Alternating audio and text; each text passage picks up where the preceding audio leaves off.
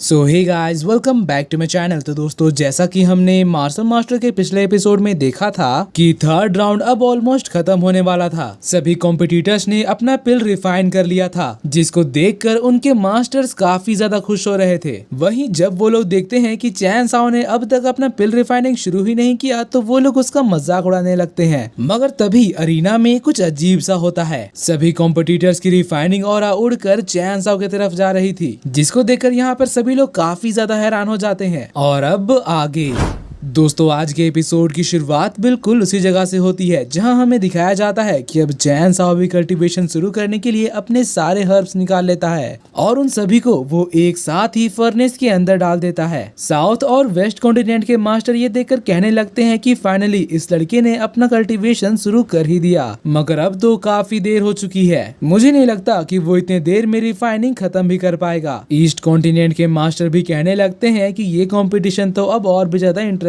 होने लगा है। वहीं नॉर्दर्न रीजन के मास्टर तो उनकी बात सुनकर घबरा जाते हैं, जबकि चैन साओ फर्नेस में ब्लू फ्लेम्स को इग्नाइट करता है और इस बार वो बिल्कुल अलग टेक्निक का इस्तेमाल कर रहा था, जिसमें वो फ्लेम्स को कल्टीवेशन पॉट के अंदर भी जला रहा था, क्योंकि अब समय बहुत कम बचा था। चैन साओ फिर फर्नेस में लाइटनिंग मैजिक का भी इस्तेमाल करता है, जिसको देखकर पेविलियन मास्टर बहुत ही ज्यादा हैरान हो गए थे, क्योंकि इतने हाई टेम्परेचर में मोस्टली पिल्स डिस्ट्रॉय हो जाते हैं। लेकिन तभी चैन साओ का पिल बनकर कंप्लीट हो जाता है। सभी मास्टर्स ये देखकर हैरान हो जाते हैं कि आखिर चैन साओ ने इतने कम समय में पिल्स की रिफाइनिंग कैसे कर लिया। और दोस्तों, इसी के साथ वक्त भी खत्म हो जाता है। लॉर्ड ओयांग उठकर अनाउंस भी करते हैं कि असाइनमेंट का समय अब खत्म हो चुका है, इसलिए सभी लोग अब रिफाइनिंग रोक दो। तो उनकी ये बात सुनकर सभी कम्पिटिटर्स अपने अपने कल्टीवेशन पॉट को वापस रख लेते हैं और फिर लॉर्ड ओयांग, एग्जामिनर और बाकी सभी मास्टर्स के साथ अरीना में जाते हैं, ताकि वो हर एक कॉम्पिटिटर के पिल्स को अच्छी तरह से एग्जामिन कर सकें। सबसे पहले जो बंदा अपने पिल्स को चेक करवाता है, उसके सारे पिल्स काफी ज्यादा हाई क्वालिटी के थे।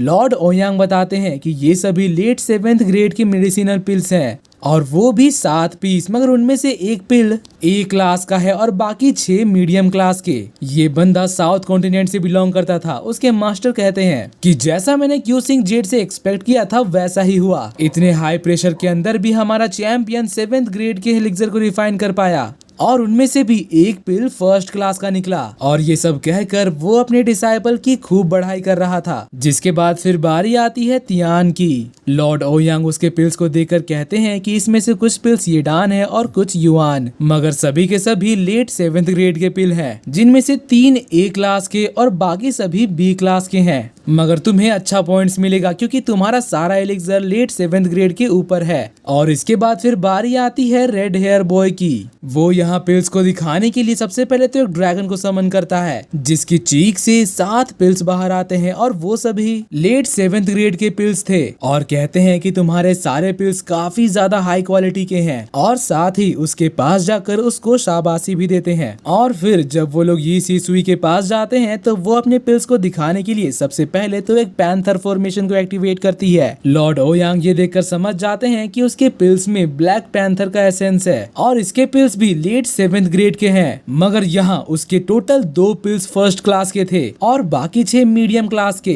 ये सिसुई ये सुनकर काफी ज्यादा खुश हो जाती है। ऑडियंस भी ये देखकर आपस में बात करने लगते हैं कि एक लड़की होकर इसने total 2 first class high grade pills बनाया। लगता है कि ये कंपटीशन ये सिसुई ही जीतने वाली है। लेकिन इसके बाद फिर जब वो लोग ये मो के पास जाते हैं तो ये मो अपने पिल्स को दिखाने के लिए एक ऐसा फॉर्मेशन क्रिएट करता है जिससे कि मौसम बदल जाता है और उसके पिल्स ऊपर आसमान से आते हैं। यहाँ उसने टोटल 10 पिल्स को बनाया था और उन सभी पिल्स की क्वालिटी लेट 7th ग्रेड की थी। लॉर्ड ओयांग कहने लगते हैं कि ये पिल्स तो ह्यूमन के स्ट्रेंथ को बढ़ाने की है, ना ही ग्रेड ए और ना ही ग्रेड बी। ये सारे पिल्स एक अलग ही लेवल के हैं। ऑडियंस तो ये सुनकर कहने लगते हैं कि शायद ये किसी तरह का रेयर एलिक्सर है। तभी उसके ईस्ट कॉन्टिनेंट के मास्टर ये सुनकर हंसने लगते हैं। वो कहते हैं कि हाँ, बहुत बढ़िया, ये हुई ना बात। जिसके बाद फिर बारी आती है चैन साओ की। वो यहाँ अपना पिल बड़े ही आराम से बाहर निकालता है, ना कोई बड़ा सा फॉर्मेशन और ना ही कोई एनर्जी का ब्लास्ट। यहाँ तक कि उसके पिल्स में शाइनिंग भी नहीं था। लॉर्ड ओयांग ये देखकर हैरान हो जाते हैं। उनके पास चैन साओ के पिल्स को देखकर कुछ कहने के लिए नहीं था, तो फिर वो बाकी सारे मास्टर्स को बुलाते हैं, मगर वो सब भी पिल्स को देखकर कुछ नहीं समझ पा रहे थे।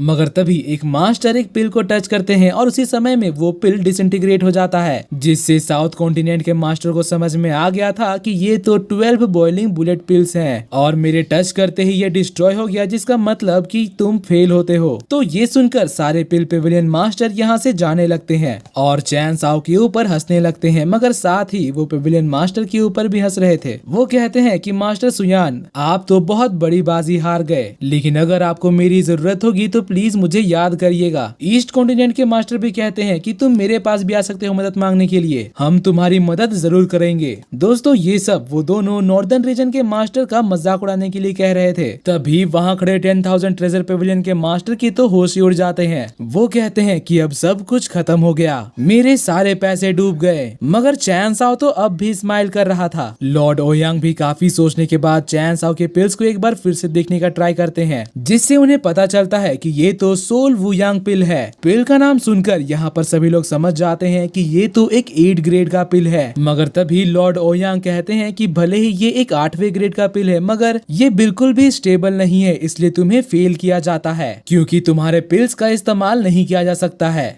नॉर्दर्न रीजन के मास्टर्स ये सुनकर काफी ज्यादा निराश हो जाते हैं, मगर लॉर्ड ओयांग तो चैन साओ से आकर कहने लगते हैं कि अभी तुम काफी यंग हो, इसलिए इस हार से खुद का दिल छोटा मत करना, आगे भी तुम्हारी लाइफ में काफी अपॉर्चुनिटीज मिलेंगी, इसीलिए मेहनत करते जाना। और फिर वो सबके सामने जाकर थर्ड राउंड का फाइनल रिजल्ट अनाउंस करने लगते हैं, लेकिन तभी चैन साओ कहता है कि रुकिए। और दोस्तों इसी के साथ आज का ये एपिसोड यहीं पर खत्म होता है। अगर आपको मेरी एक्सप्लेनेशन और ये एपिसोड पसंद आए तो प्लीज वीडियो को लाइक कर देना और जाने से पहले चैनल को सब्सक्राइब करके बेल नोटिफिकेशन भी ऑन कर लेना, ताकि जैसे ही इसका नेक्स्ट एपिसोड आए तो आपको सबसे पहले पता चल जाए। तो मिलते हैं आपसे अगली वीडियो में, तब तक के लिए bye bye, be happy, be safe and thanks for watching.